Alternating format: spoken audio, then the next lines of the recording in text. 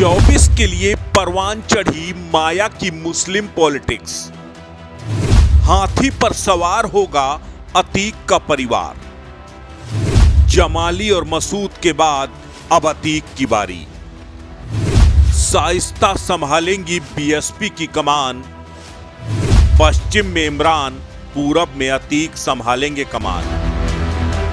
2024 के लिए माया ने कमर पूरी तरह कस ली है। मायावती एक बार फिर मुस्लिम और दलित समीकरणों के भरोसे 2024 में बीएसपी को दोबारा खड़ा करने के मिशन में जुट गई हैं।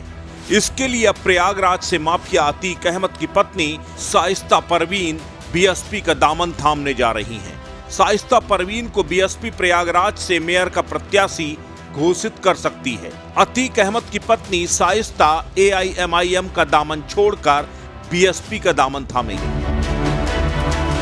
मायावती की नजर अब उत्तर प्रदेश के बड़े प्रभावशाली मुस्लिम नेताओं पर लगी है। नसीमुद्दीन सिद्दीकी के पार्टी छोड़ने के बाद बीएसपी में मुस्लिम वोट बैंक कमजोर पड़ा है, लेकिन अब निकाय चुनाव के जरिए बीएसपी मुस्लिम और दलित समीकरण को जोड़ने में लगी है। इससे पहले बसपा सुप्रीमो मायावती ने पश्चिम में इमरान मसूद को समाजवादी पार्टी से तोड़कर बीएसपी ज्वाइन करवाया था और उनकी पत्नी साइमा मसूद को सहारनपुर नगर निगम चुनाव में मेयर का प्रत्याशी घोषित कर दिया था। इससे पहले आजमगढ़ में गुड्डू जमाली को बीएसपी से लोकसभा का प्रत्याशी बनाकर मायावती ने एक प्रयोग किया था। ये प्रयोग काफी सफल भी रहा। गुड्डू जमाली खुद तो चुनाव नहीं जीत पाए, लेकिन उन्होंने समाजवादी पार्टी के प्रत्याशी धर्मेंद्र यादव को चुनाव हरवा जरूर दिया। मायावती को लग रहा है कि अगर दलित वोट बैंक के साथ मुस्लिमों का एक बड़ा तबका बीएसपी के साथ जुड़ जाए तो बीएसपी अपने पुराने वैभव में वापस लौट सकती है।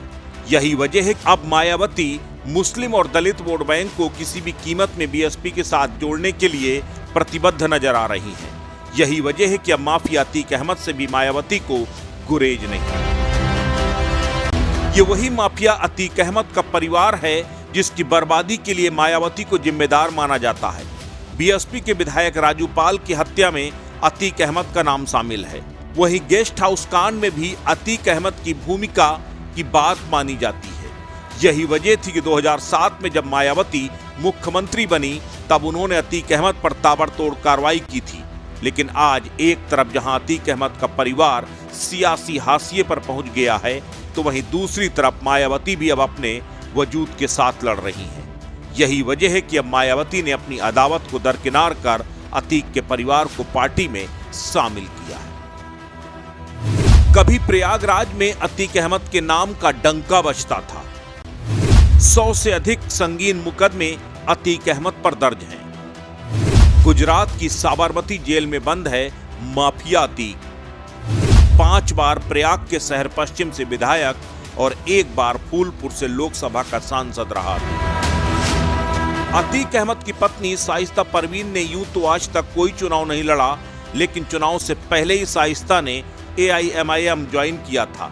लेकिन जल्द ही ओवैसी की पार्टी से शाइस्ता का मोह भंग हो गया और अतीक अहमद का परिवार मायावती के संपर्क में आ गया। और अब पूर्वांचल में मुस्लिम दलित वोट बैंक को मजबूत करने के लिए मायावती ने बड़ा दांव चल दिया है। असत न्यूज यूपी के लिए प्रयाग से अश्विनी निगम की रिपोर्ट।